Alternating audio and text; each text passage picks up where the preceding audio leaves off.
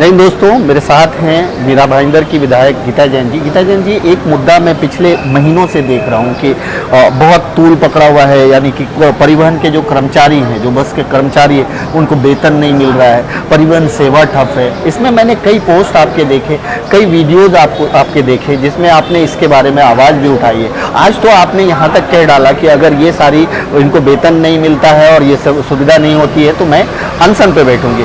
मैं इस पे जानना चाहता हूँ कि गीता जैन जी, कितने टाइम से आप ये कर रही हैं और क्यों नहीं हो पा रहा है? देखिए, कहीं ना कहीं एक जो नीयत है वो कॉन्ट्रैक्टर की नीयत ही नहीं है कि हम 5-5 महीने से हमारे कर्मचारी को पगार नहीं दिया है तो उनको हम पगार दें। अगर वो नीयत होती तो आज ये दिन ही नहीं आते। तो सबसे पहले तो उनको 5 महीने का पगार नहीं दिया, इसलिए वो काम नहीं कर रहे हैं, वो बसेस चालू नहीं कर रहे हैं। हर बार कॉन्ट्रैक्टर कमिश्नर को अलग वायदा करके जाता है और वहाँ आके वो फिर अलग ही पलट के बात करता है। मैंने आज कमिश्नर जी से यही बात की कि आप उससे सभी चीज़ राइटिंग में लीजिए और सबसे पहले कर्मचारियों का वेतन वो अब भले ही 50% हो, वो कब तक देता है उसकी अब जवाबदारी लीजिए, उससे लिखवा के लीजिए और जब तक वो ये सब फुलफिल नहीं करता तब तक उसके कोई पैसे रिलीज़ नहीं किए जाए। ये कह के नहीं चलेगा कि ये ठेकेदार के कर्मचारी है, हमारा लेना देना नहीं है। हमारा बिल्कुल लेना देना है, हम पेरेंट बॉडी है और परिवहन ये एक सेवा है। इसे ठेके की तरह नहीं देखा जाए कि दूसरे ठेके होते हैं जहाँ ठेकेदार के कर्मचारियों से हमारा लेना देना नहीं होता, लेकिन परिवहन ये सेवा अगर ठप हो गई तो शहरवासियों को तकलीफ होती है।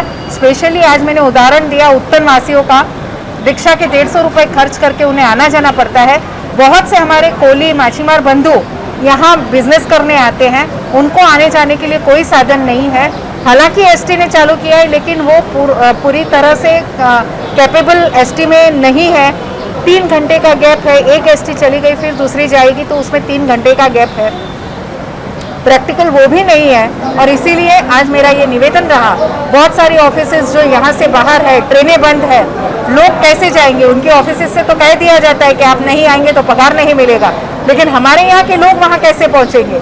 तो ये सब प्रॉब्लम्स अगर सॉल्व हम नहीं कर पाए तो और कौन करेगा? और इसीलिए कमिश्नर जी से मैंने ये कहा है कि अगर ये प्रॉब्लम अपने समय रहते सॉल्व नहीं किया तो अगले मंडे से मुझे अनशन पे बैठना पड़ेगा। मैं अनशन पे बैठूंगी और मेरे ये सभी जो मेरे साथीदार हैं वो मेरे साथ इस आंदोलन में मेरे सहभागी हैं।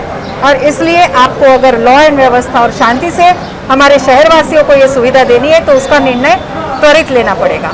आप सब लोग जानते हैं कि अनलॉक शुरू हो गया है और अनलॉक के बाद बहुत सारी ऑफिसेज शुरू हो गई है। बहुत सारी ऑफिसेज जाने के लिए यहाँ के लोग बहुत परेशान हैं।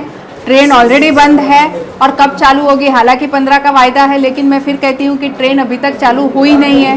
लोगों को अपनी ऑफिस जाना है तो हमारे पास परिवहन की जो सुविधा है वो बसें ही रह जाती है। और ऐसा नहीं है कि हमारे पास बसें नहीं है, अगर जितनी है वो ही हम चलाना चालू करें तो लोगों को थोड़ी सी राहत मिलेगी।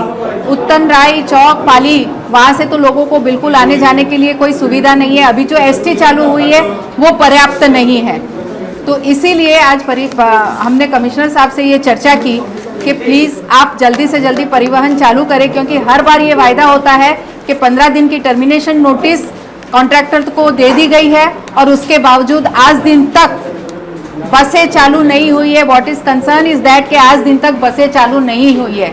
वो आप किस तरह से करते हैं, पर हमें बसें चालू चाहिए, लोगों को सुविधा ये ज़रूर होनी चाहिए। इसलिए आज इस मुद्दे पे अहम चर्चा हुई। कॉन्ट्रैक्टर की क्या मांगे हैं?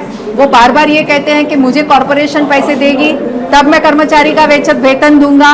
वो ऐसा कोई भी हमारे कॉन्ट्रैक्ट में नहीं है कि हमें कर्मचारियों के वेतन के लिए पैसे देने हैं। तो इसलिए उसका कोई एक हल कैसे निकला जाए, इसके लिए आज ये चर्चा हुई और कमिश्नर साहब ने ये वायदा किया है कि 1 या 2 दिन में इस पे ठोस निर्णय लेके हमें बताया जाएगा। इसी मुद्दे पे आप अनशन पे बैठने वाली हैं? अगर नहीं होता है तो मैं अगले सोमवार से अनशन पे बैठने वाली हूँ। और अभी ये पूछ रहे थे कि बेमुद्दत, तो बिल्कुल बेमुद्दत अनशन पे मैं बैठने वाली हूँ। और मेरे साथ जो है मेरे कार्यकर्ता, मेरे नगर सेवक, वो सभी आंदोलन करने के लिए मेरे साथ वहाँ बैठने वाले हैं। मैं लोक प्रतिनिधि हूँ, जब लोगों का काम करना होता है तो किसी पार्टी की भूमिका मुझे ज़रूरत नहीं है। जिन लोक प्रतिनिधि को लगेगा कि ये सही कारण के साथ बैठी है वो मेरे आंदोलन में जुड़े, इररिस्पेक्टिव ऑफ पार्टी।